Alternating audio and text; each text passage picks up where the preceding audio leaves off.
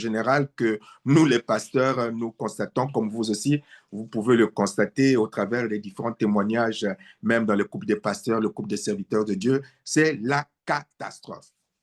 Très souvent, le problème vient d'où? Le problème véritable de la mauvaise gestion des conflits, il ne faut pas chercher loin. C'est ce que le pasteur Ulrich a présenté par moult détails. C'est parce que, une fois mariés, beaucoup oublient qu'ils sont chrétiens. Beaucoup oublient qu'ils sont des enfants de Dieu. Sont tournés autour du pot. Qu'est-ce qui arrive lorsqu'on nous sollicite, nous, pasteurs, en tout cas moi, pasteur Guy-Rémy, lorsqu'on me sollicitait, j'ai plus ce cas de figure, pour aller, on me sollicitait pour aller aider des couples qui étaient en conflit. La plupart des temps, lorsque j'arrivais dans le foyer, moi, je m'attendais à trouver le frère et la sœur chrétiens que je connais. Donc, j'allais un peu comme, on dit, la fleur au fusil, se disant, bon, ça va se régler rapidement. C'est tel frère que je connais, telle sœur que je connais, ils sont spirituels dans l'église. Et donc, j'y vais, mais quand tu arrives, tu rentres dans le foyer et que tu écoutes l'un, tu écoutes l'autre, tu ne reconnais plus le frère en Christ, tu ne reconnais plus la sœur en Christ, tu ne reconnais plus le diacre, tu ne reconnais plus la diaconesse, tu ne reconnais plus le pasteur, celui qui prie si bien, la sœur chante qui prie si bien, qui est plein de douceur dans l'église. Tu ne reconnais plus personne. Tu arrives dans le foyer en conflit, tu entends les uns les autres, tu as l'impression que tu as affaire à des païens. Et quand tu dis, bah, attendez, on se calme, on va ouvrir la Bible, plus personne ne veut entendre parler de ce que la Bible dit, ce que la Bible recommande. Chacun est debout, vont debout sur ses revendications, avec parfois des langages. Tu es choqué, tu dis, mais c'est pas possible. Est-ce que c'est le frère qui prophétise? Est-ce que c'est la sœur qui prophétise? Est-ce que c'est vraiment mon pasteur? Est-ce que c'est vraiment mon collaborateur? Vous découvrez j'allais dire parfois des démons. Tu dis, mais c'est pas possible. Pourquoi? Parce que beaucoup dans le foyer ont oublié qu'ils sont des chrétiens. L'une des raisons, c'est ce que j'expliquais tout à l'heure, c'est la révélation ou la manifestation des blessures intérieures que la personne, les blessures intérieures qui sont là, cachées, enfouies, mais le frère, la sœur n'a pas été guéri de ces blessures intérieures. Et puis, il y a eu un événement dans le couple qui est venu tout réenflammer, ramener à la surface, et puis on se met à régler le problème du foyer sur la base des blessures intérieures et non pas sur la base du problème ponctuel qui se présente.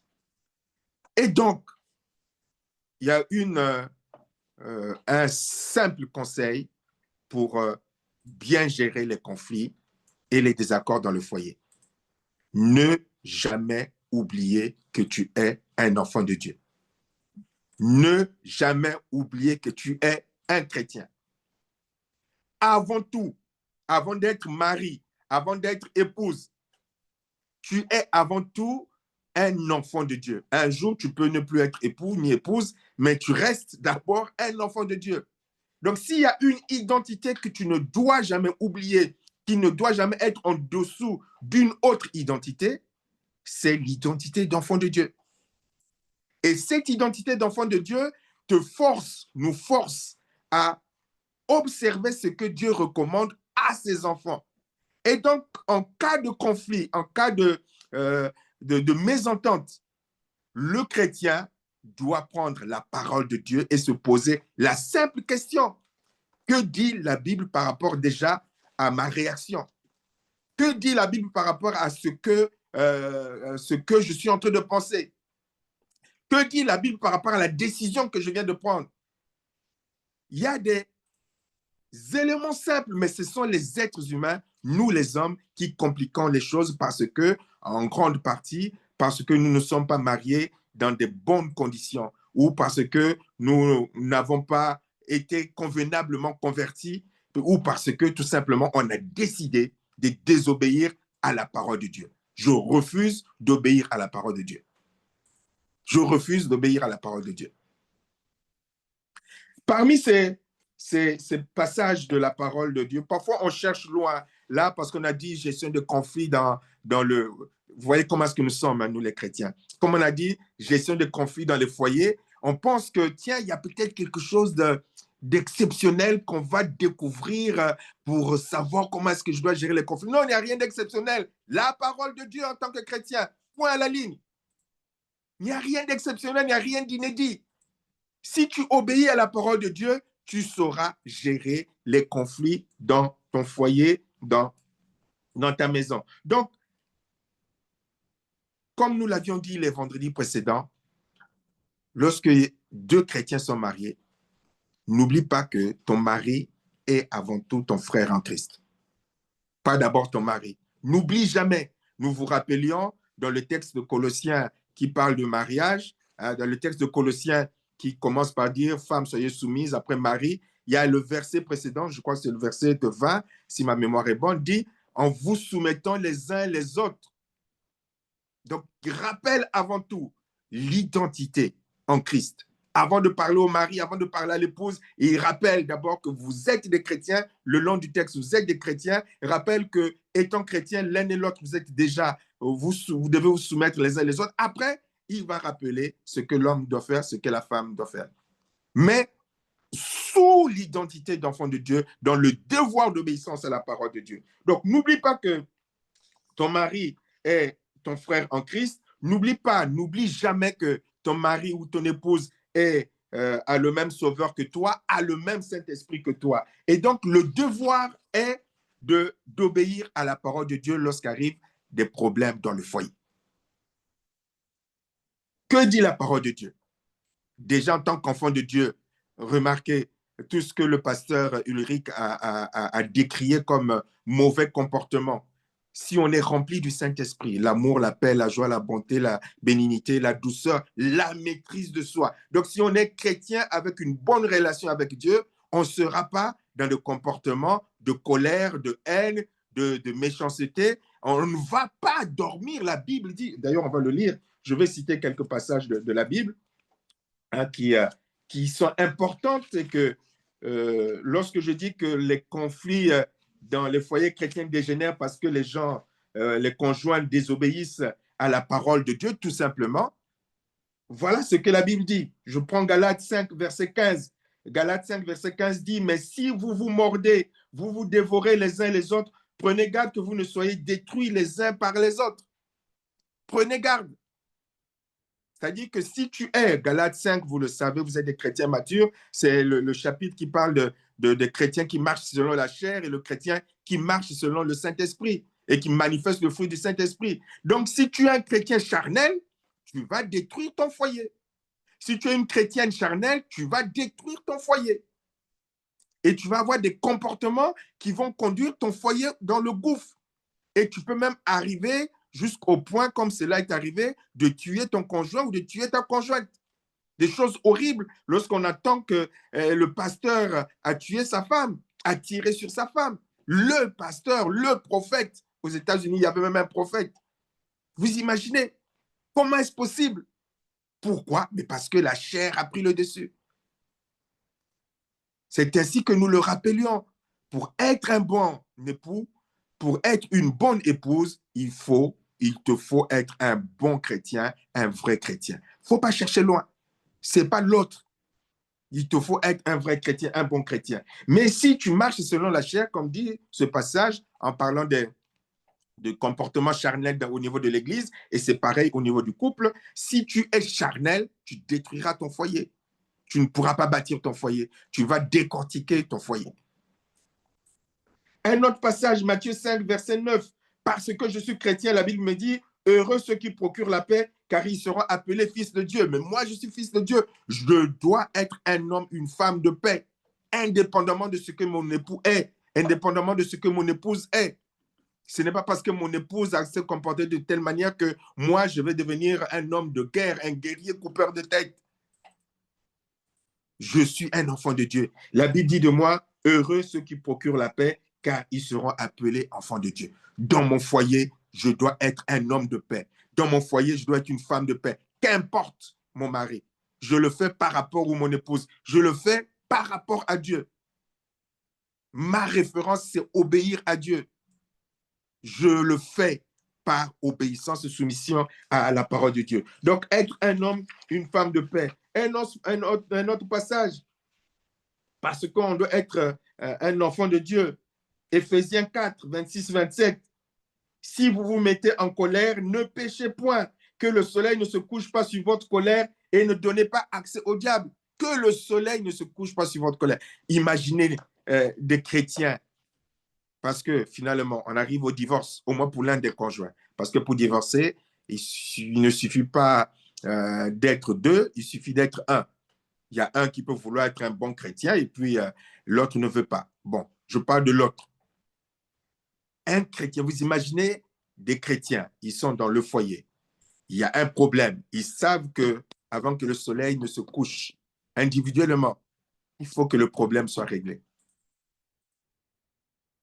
Pas dans 2 jours, pas dans 3 jours. Tu t'es dit, je suis un enfant de Dieu. Je me soumets à la parole de Dieu qui me dit, le soleil ne doit pas se coucher sur ma colère. Mais forcément, lorsque chaque conjoint a cette motivation, mais le foyer ne sera pas un lieu de guerre et il n'y aura même pas de divorce. Au moins pour l'un des conjoints, parce que si l'autre ne veut pas, eh ben, écoutez, avec toute la bonne volonté du monde, le divorce arrivera. Mais au moins, lorsque on a fait le bon choix du conjoint, un homme, une femme qui a la crainte de Dieu, un homme, une femme qui a d'abord comme motivation d'obéir à Dieu pour bâtir le foyer, il a la crainte de Dieu, il a la volonté d'obéir à Dieu, cet homme, cette femme, il ne dormira pas avec la colère. 1 jour, 2 jours, 3 jours, 4 jours, 5 jours. Il sera capable de pardonner. Il ne fera pas ce que le pasteur Ulrich a dénoncé tout à l'heure et que je dénonce également lorsqu'il y a des problèmes dans le foyer. Tout le monde est au courant. Ce que le mari a fait, ce que la femme a fait. La maman est au courant, les tantes sont au courant, les oncles sont au courant. Tout le monde, le téléphone est là pour dire Guy Rémy a fait ça, Michel a fait ça. Un enfant de Dieu. Là où la Bible te dit, on revient sur les fondamentaux du couple. Vous êtes une seule chair. Et donc, si tu vas dire Guy Rémy, Marie à Michel, si je vais dire du mal sur Michel, à ma soeur ou à ma mère, mais je suis en train de dire du mal de moi-même. Et dans 2 bons matins, on va se retrouver en réunion de famille. Nous, on s'est pardonné, mais les autres n'ont pas oublié ce que j'ai dit sur Michel. Donc, on manque de crédibilité et tout. Donc, le chrétien ne va pas exposer son foyer à n'importe qui. On ne dit pas qu'il ne faut pas chercher des conseillers, mais on ne va pas le dire à n'importe qui, n'importe comment. Tous les problèmes du foyer sont connus à gauche, à droite. L'Église est au courant. Même des pasteurs qui sont des grands rapporteurs, on ne leur rapporte pas ce qui se passe dans le foyer. Donc, la Bible le dit que la colère, que le soleil ne se couche pas sur votre colère. Éphésiens 4, 29, 32. Éphésiens 4, 29, 32. Qu'il ne sorte de votre bouche aucune parole mauvaise. Nous, les chrétiens, nous devons obéir à cette parole. Donc, comme je suis chrétien, je dois me soumettre à cela. Donc, quelque chose ce qui se passe dans le foyer, parce que je suis avant tout chrétien, je fais attention à ce que je dis, comment je réagis et qu'est-ce qui sort dans ma bouche. Donc, je ne veux pas me mettre à, oh, horreur, malheur, insulter ma femme, insulter mon mari, lui manquer de respect. Écoutez, Éphésiens 4, 29, 32. Qu'il ne sorte de votre bouche aucune parole mauvaise. Mais s'il y a lieu, quelques bonnes paroles qui servent à l'édification et communiquent une grâce à ceux qui l'entendent. N'attristez pas le Saint-Esprit par lequel vous avez été scellés pour le jour de la rédemption. Que toute amertume, toute animosité, toute colère, toute clameur, toute calomnie, toute espèce de méchanceté disparaissent du milieu de vous. Soyez bons les uns envers les autres, compatissants, vous pardonnant réciproquement. Vous pardonnant réciproquement. Les chrétiens, tu es incapable de pardonner. Les conflits explosent à cause de cela. Incapable de pardonner. On veut la vengeance. On garde l'amertume.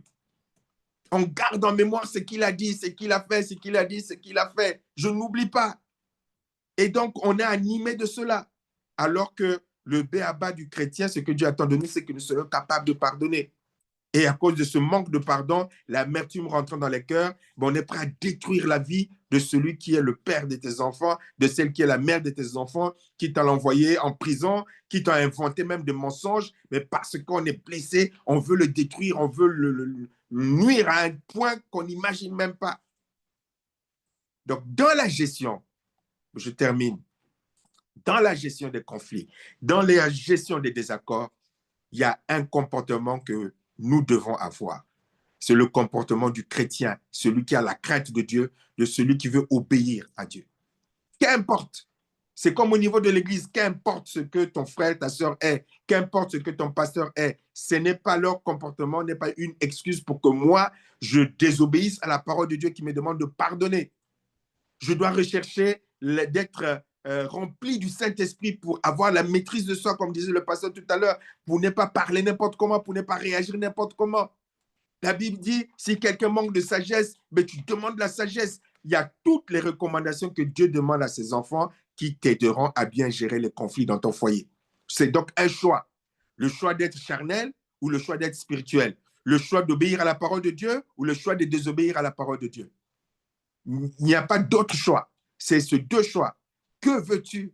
Comment veux-tu faire? Comment veux-tu réagir? Comme un enfant de Dieu ou comme un enfant du diable? Comme un charnel ou comme un spirituel? Mais tout cela,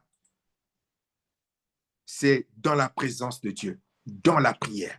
Il y a un problème, on s'écoute, comme cela a été dit. On s'écoute. Dans l'humilité, on s'écoute. On s'entend. On se parle. On se respecte. Ce n'est pas parce que tu es l'homme que forcément tu as raison.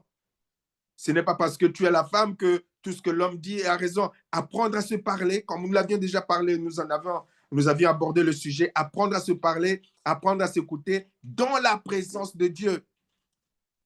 Pas venir dire parce que je suis homme, parce que ceci, parce que... Non, dans la présence de Dieu, il y a telle situation, on se parle, on s'écoute, et si on n'arrive pas à trouver clair, on prie. Mais ce qui est important, c'est de rester dans la paix. Aucun sujet ne doit devenir une porte d'entrée pour amener la guerre dans le foyer. Aucun. Donc, se dire, c'est important que notre foyer, qui est notre église, la première église, ça doit être une maison de paix. Aucun sujet de désaccord ne doit être introduit pour venir pulvériser la paix. Donc, on veille, et on s'écoute, on se corrige dans la présence de Dieu, dans la prière et dans le pardon, comme un véritable enfant de Dieu.